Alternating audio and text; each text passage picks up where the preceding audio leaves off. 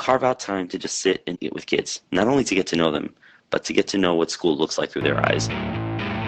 Welcome to the Hack Learning Podcast. I'm your host, Mark Barnes, providing right now solutions to some of your biggest teaching and learning problems.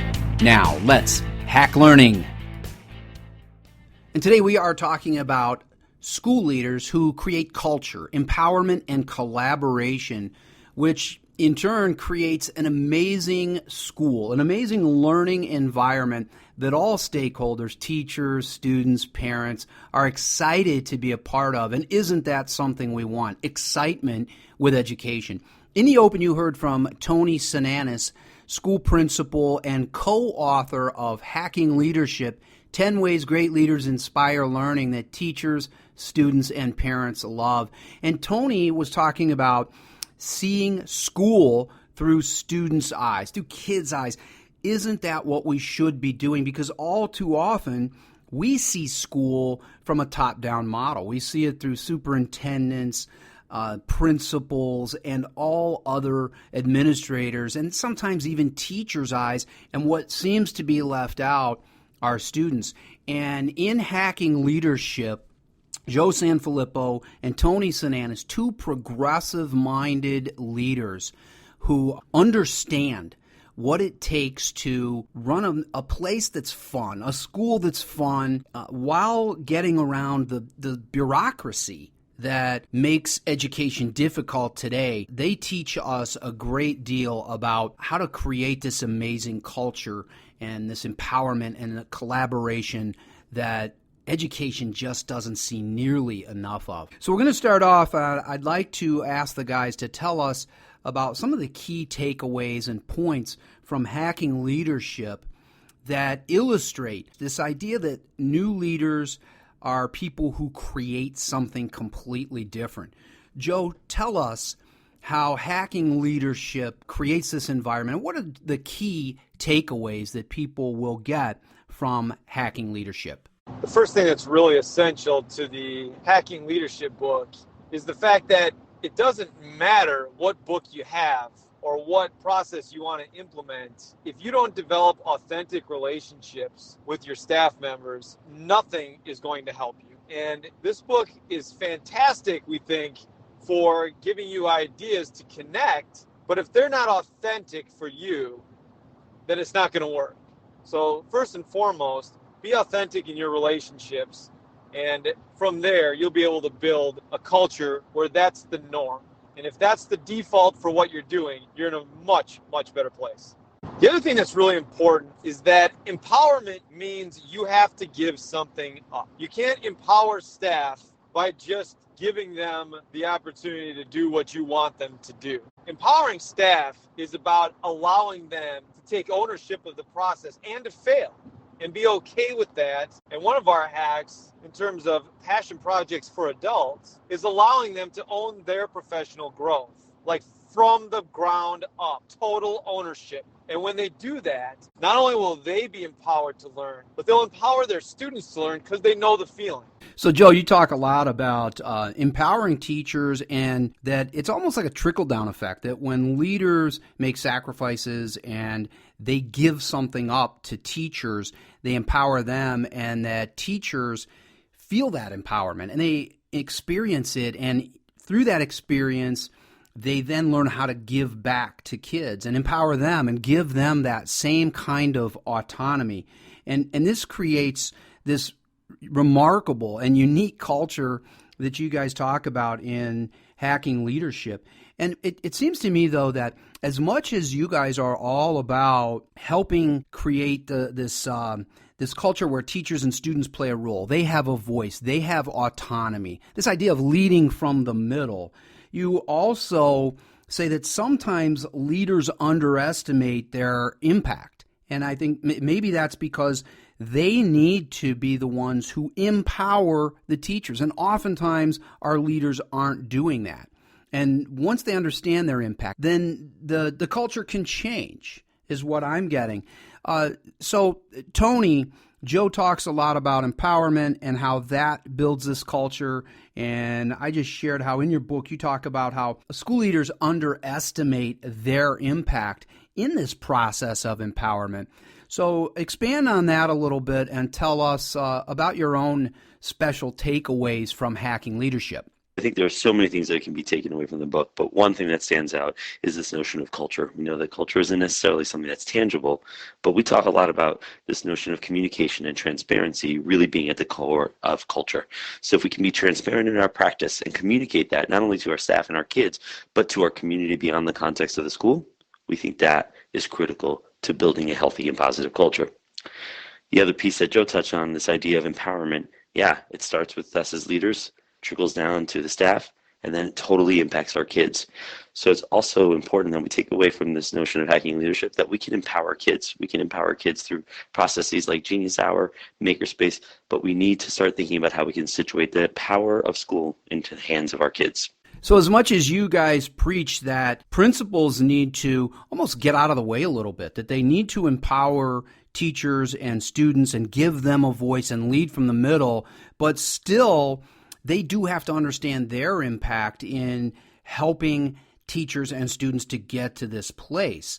And I'm hearing from both of you these incredibly important words that filter throughout your book, Hacking Leadership: empowerment, collaboration, student voice. There's so much of this in there. And it's truly amazing. But, Hack Learning books are founded on this idea of what you can do tomorrow. They're more about practicality than they are about research and theory. They're about hands-on, people who have actually done it. And you guys certainly have done it. So tell us, Tony and Joe, what are some do-it-tomorrow things from Hacking Leadership? If you say that we need to give kids a voice and we need to meet them at their level and see the school through their eyes and empower teachers and all of that, how could I, if I were a principal or even a superintendent, a school leader, what could I do tomorrow to make these things happen? First thing that comes to mind is making time for lunch with kids. That's it. Whether you're a principal, assistant principal, teacher, leader, carve out time to just sit and eat it with kids, not only to get to know them, but to get to know what school looks like through their eyes. It's such an incredible opportunity for us to learn about our school community from the eyes of our kids. They are the ones who are living it, seeing it, experiencing it firsthand. So getting their perspective can really be empowering to us and informative and help inform our practice moving forward. So make a lunch date with a group of kids. It's also a really great way to start eradicating that whole deficit mindset because kids are really positive and they see a lot of the awesome things that are going on. So let's make time to celebrate that. The other thing that's really important is giving teachers time to collaborate and get together, talk, and empower each other. So build in some common planning time. If your master schedule is already done and you can't change it, give them a treat one day, cover their classes for 45 minutes. Let them collaborate and plan together. 2 tips: make time for lunch with kids, give teachers time to collaborate together. I couldn't agree more, Tony. Taking time to have lunch with kids can really start a great conversation, and empowering teachers or giving them time to collaborate really not only empowers them to own the process, but builds a tremendous amount of trust as you're trying to roll things out in the future. So I would only add that being present is something that you don't have to plan. So being present and being with people, and when you're with them, that you are truly in their space and focused, does not take any prep work at all. And that's something that you can do tomorrow. I had a professor in college by the name of Nancy Blair at Cardinal Stritch University who said, the greatest gift of service you can give to another human being is for the time that you are with them, they are the center of your universe.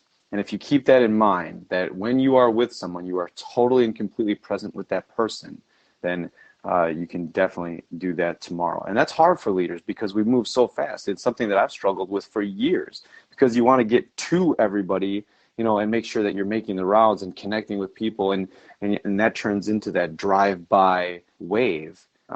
We don't want that. We want to just, sit down and be in their space and talk. And those are things you can do tomorrow.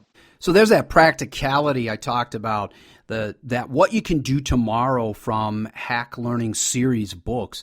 And what amazing yet simple ideas that Joe and Tony explain are so easy. Meet kids on their level, sit down with them, have lunch with them, talk about them.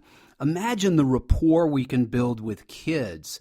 And if teachers see leaders doing this, imagine the rapport they will want to build when they have more time with the students in their classroom. And what about letting them talk about that time and collaborate and share the great things we're doing as educators?